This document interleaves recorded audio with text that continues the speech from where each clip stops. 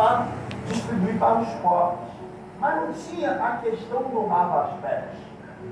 Mas o Senhor Jesus, antes de ser crucificado, ele deu um pontapé inicial em relação ao lavar os pés. Até porque, todas as vezes que havia o evento da ceia, os discípulos chegavam com os pés sujos para se representar ao cenário. Porque as ruas não tinham asfalto, as ruas eram de terra.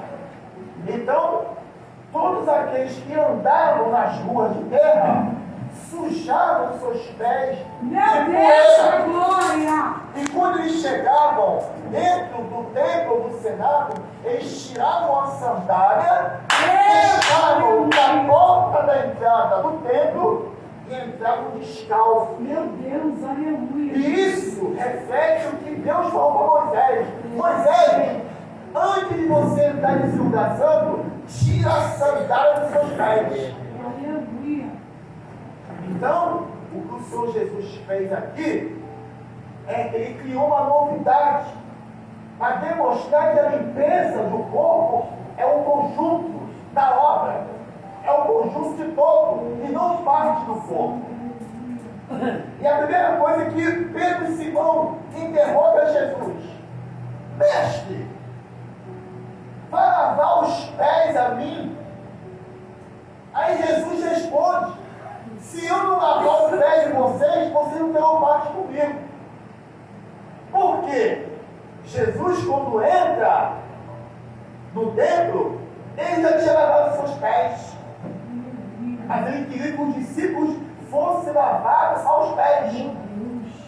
E depois, Jesus permitiu que um lavasse o pé do outro. Porque ele disse assim: eu deixei isso como exemplo para vocês.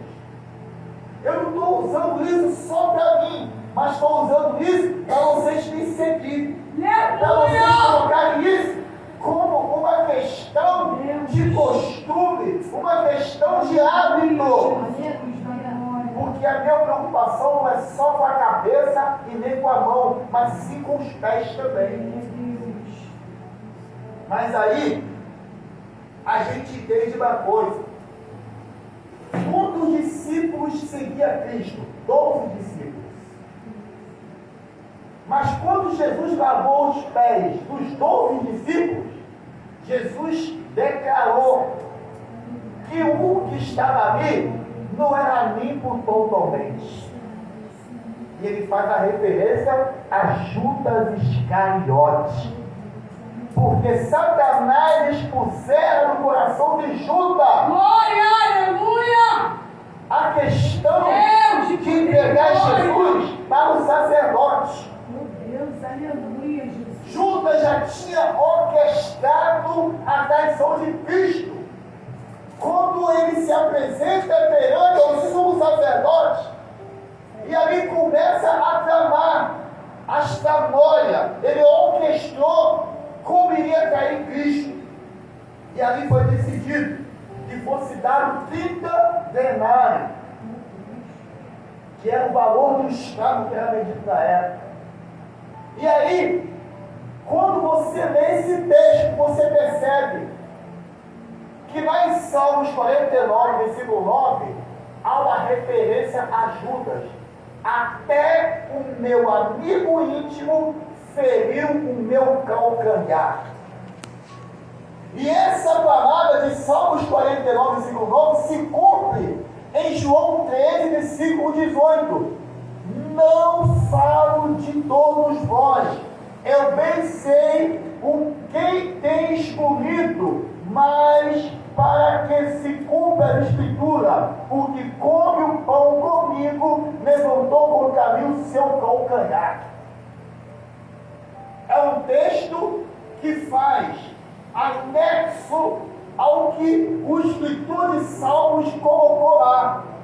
Salmos 49, versículo 9. Que até o meu amigo íntimo feriu meu calcanhar quando estava comendo pão comigo na mesa. E aí, querido, eu quero dizer para você uma coisa. Jesus era amigo de todo mundo, mas nem todo mundo era amigo de Jesus. E você sabia que o pastor, ele é amigo de todo mundo, mas nem todo mundo quer ser amigo do pastor. Por quê? O que Jesus fez para Judas trair? Nada. Jesus deu ajuda, cargo de ser tesoureiro. Jesus colocou Judas para sentar no lugar mais importante da mesa, porque a mesa era uma forma de U, que significa unigênito. Ele estava sentado na parte que fazia a curva do U, que era a parte mais importante da mesa. Mas ele já tinha colocado no coração como iria trair Jesus. Deus de glória! E hoje tem muita gente que é traíra, que trai a tua liderança, que trai o pastor, que trai a pastora, que trai aquele que Deus colocou na frente da obra. Aleluia, Jesus da glória! É o que mais tem. São os traíras, que você é amigo, que você ajuda, mas está te apunhalando pelas costas. Aleluia, Está falando mal de você, está denegrindo a tua imagem, está desfazendo de você. Existe os Judas de hoje que trai a confiança de quem o lidera. E eu sou prova disso. Não vou entrar em detalhes, mas todo mundo aqui sabe. 14 anos sendo amigo de alguém e alguém estava me apoiando pelas costas, orquestrando como iria se apossar da minha residência. Mas eu quero declarar para você uma coisa: toda pessoa que é traidor, um dia a máscara dele cai. Deus permite a máscara dele cair. A pessoa não fica o tempo todo te traindo, não. Pode ser marido que trai você, pode ser você que trai o marido, mas um dia a capa vai cair. A capa cai. Porque imagina só, Judas traiu o mestre.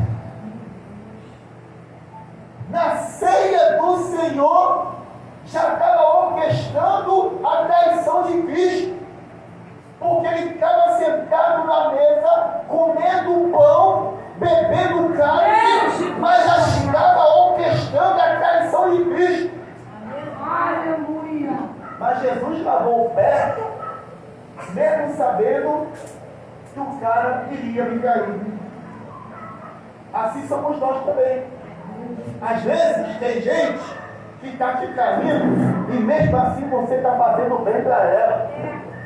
Mesmo assim você está fazendo o correto para ela. Mesmo sabendo que ela está te traindo, que ela está mentindo contra você, mas você ainda continua fazendo o bem para essa pessoa.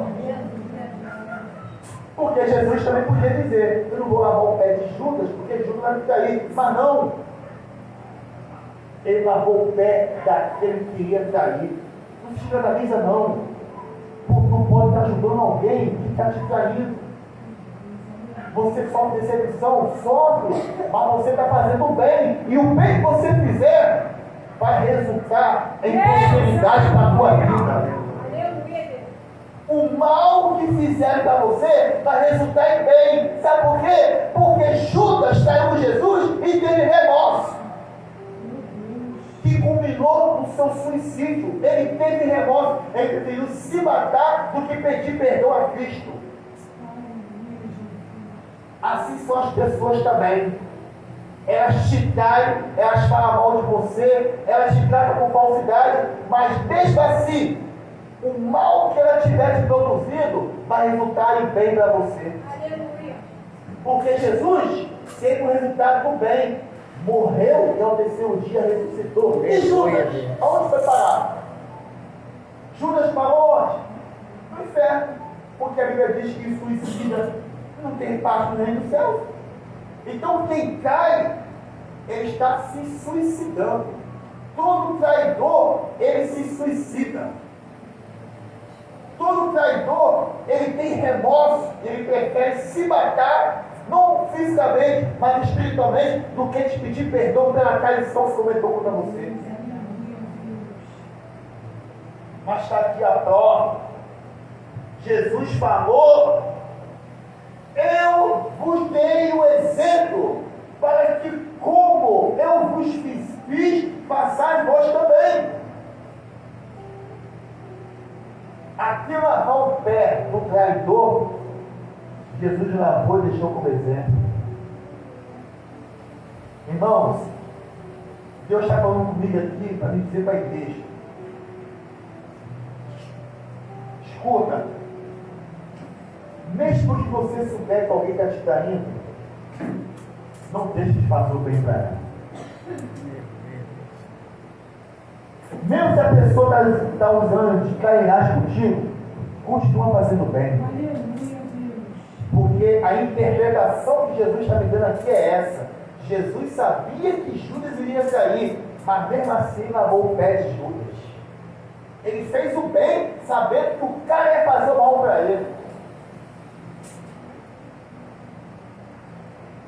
A cultura do reino é diferente da cultura do mundo. A cultura do mundo é o seguinte: se me caiu, eu caio também.